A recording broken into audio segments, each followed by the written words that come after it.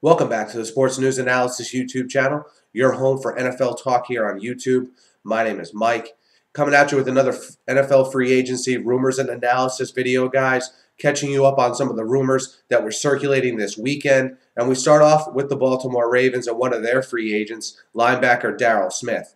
Daryl Smith spent 1 year with the Ravens, signing a one-year deal after spending his entire career with the Jaguars. Very under-the-radar good linebacker like he proved last year with over 120 tackles for Baltimore.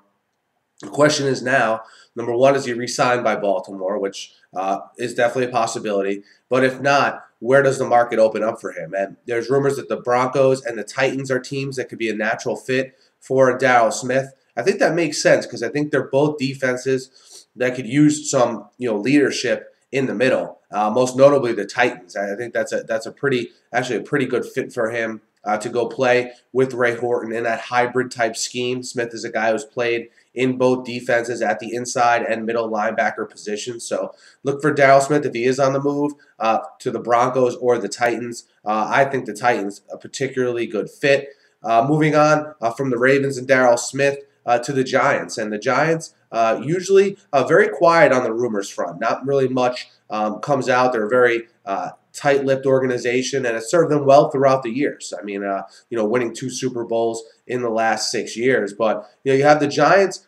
It's being rumored that in free agency they're likely to go after some offensive linemen, and you can't blame them for that. Don't be surprised if that free agent search is really keyed on the guard and center positions for the Giants. They have money dedicated at the tackle spot to Will Beatty. Justin Pugh seemed like a good fit last year, one of the lone bright spots on that offensive line. But you have a guy like David Boss, who they brought in a couple years ago from San Francisco, who has never really panned out at the center position. Look for them to try to sign some cost-effective options on the interior of that offensive line. And then you go to the interior of the defensive line for the Giants, and maybe their most prized free agent outside of Justin Tuck is Linval Joseph, the 25-year-old defensive tackle. And it seems that he's going to test the free agent waters, that he's not looking to get a deal done with the Giants before free agency. The Giants could have a problem on their hands with this one because I think they're going to pay Justin Tuck, all right? And I think that's going to directly impact their ability to re-sign Linval Joseph.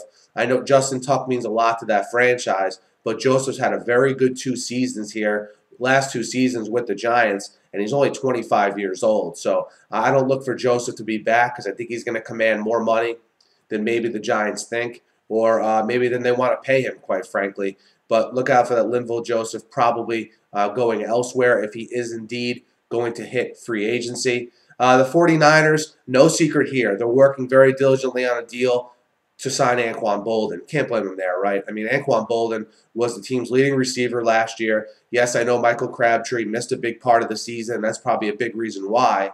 But when you look at Crabtree, hopefully back in the fold, no injury concerns at all next year. And then you look at Boldin as a nice number 2 receiver, obviously followed by Vernon Davis at the tight end position. And then the likelihood, or at least the possibility that you're hearing, maybe the 49ers trade up to the middle rounds, the middle of the first round, rather, and get another playmaker. I mean, that would be just a home run for Colin Kaepernick and his development. And we'll see how that plays out. But look, I think a deal with Anquan Boldin and the 49ers, from what you're hearing, will get done before Boldin even reaches free agency. And lastly, I touched on, keep in mind, today is the first day teams can franchise a player. They have a 2-week franchise window that starts today, Monday, February 17th. Dennis Pitta, the word is, if the Ravens franchise him, he's going to do something similar to Jimmy Graham and try to argue that he's a wide receiver as opposed to a tight end. And remember, the difference between getting franchised at the tight end position and at the wide receiver position is $5 million.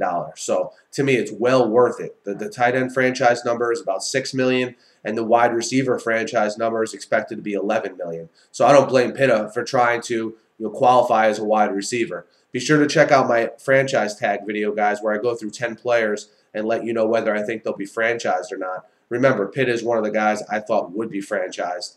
But, guys, that catches you up on some of the rumors from the weekend. Hit me up in the comments. Let me know what you think. Hit me up on Twitter as well. Be sure to subscribe to my channel, guys. I'm doing these kind of rumor videos for NFL free agency and the draft. But I'm also covering the draft from all angles and the offseason as well. So be sure to check out my videos. and subscribe. It's completely free.